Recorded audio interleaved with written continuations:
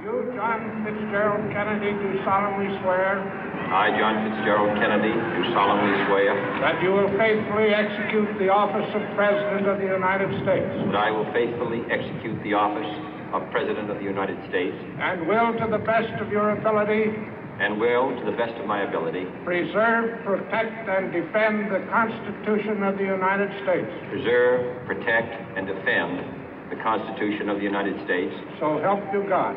So help me God.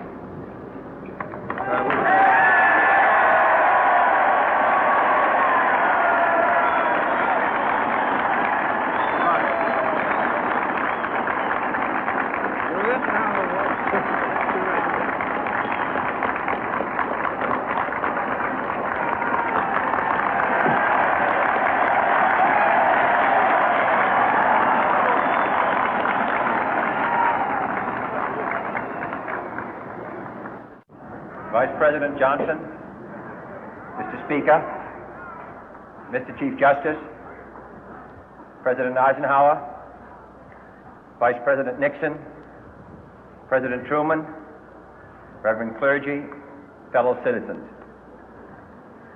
We observe today not a victory of party, but a celebration of freedom, symbolizing an end as well as a beginning, signifying renewal as well as change. For I have sworn before you and Almighty God the same solemn oath our forebears prescribed nearly a century and 3/4 ago. The world is very different now, for man holds in his mortal hands the power to abolish all forms of human poverty and all forms of human life. And yet the same revolutionary beliefs for which our forebears fought are still at issue around the globe. The belief that the rights of man come not from the generosity of the state, but from the hand of God. We dare not forget today that we are the heirs of that first revolution. Let the word go forth from this time and place to friend and foe alike that the torch has been passed to a new generation of Americans born in this century, tempered by war, disciplined by a hard and bitter peace, proud of our ancient heritage, and unwilling to witness or permit the slow undoing of those human rights to which this nation has always been committed and to which we are committed today at home and around the world.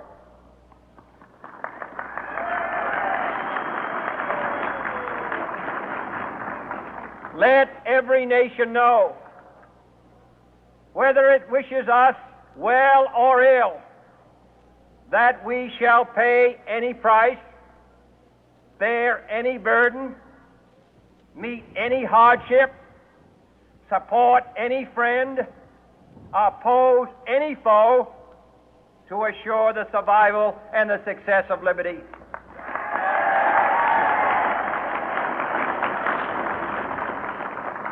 This much we pledge and more.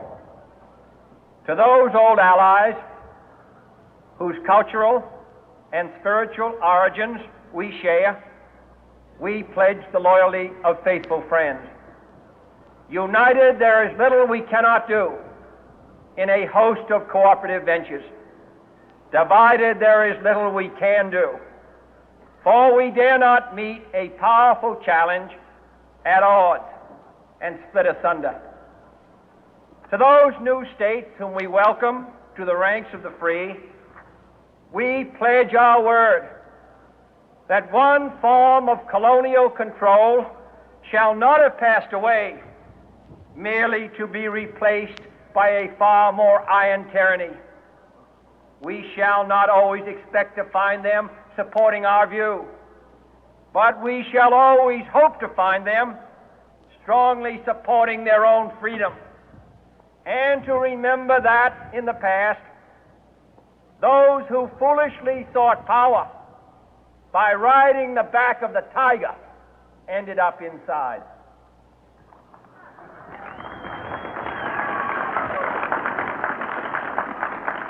To those people in the huts and villages of half the globe struggling to break the bonds of mass misery, we pledge our best efforts to help them help themselves for whatever period is required, not because the communists may be doing it, not because we seek their votes, but because it is right.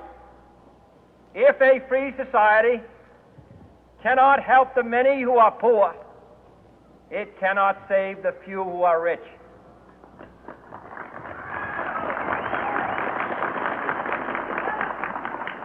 To our sister republics south of our border, we offer a special pledge to convert our good words into good deeds, in a new alliance for progress, to assist free men and free governments in casting off the chains of poverty.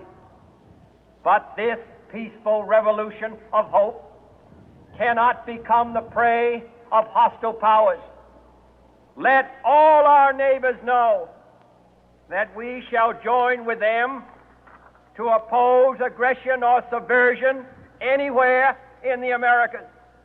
And let every other power know that this hemisphere intends to remain the master of its own house.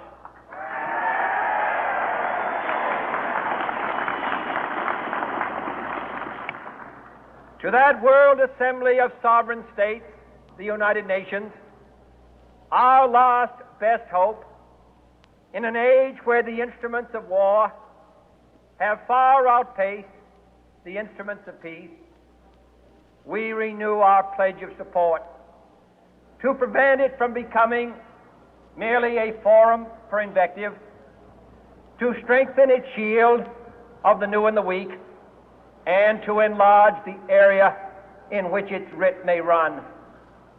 Finally, to those nations who would make themselves our adversary, we offer not a pledge, but a request that both sides begin anew the quest for peace. Before the dark powers of destruction, unleashed by science, engulf all humanity in planned or accidental self-destruction, we dare not tempt them with weakness, for only when our arms are sufficient beyond doubt can we be certain beyond doubt that they will never be employed.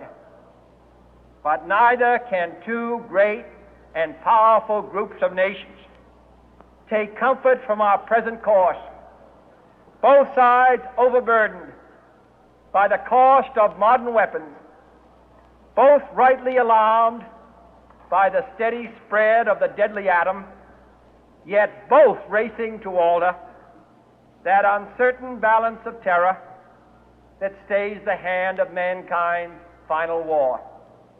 So let us begin anew, remembering on both sides that civility is not a sign of weakness, and sincerity is always subject to proof. Let us never negotiate out of fear, but let us never fear to negotiate.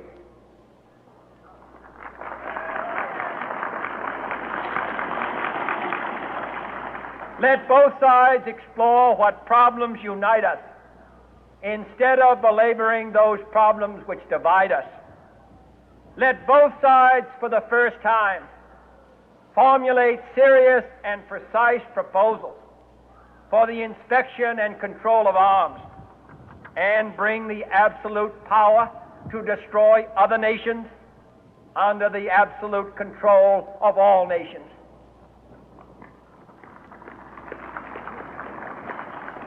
Let both sides seek to invoke the wonders of science instead of its terrors. Together, let us explore the stars, conquer the deserts, eradicate disease, tap the ocean depth, and encourage the arts and commerce. Let both sides unite to heed in all corners of the earth the command of Isaiah,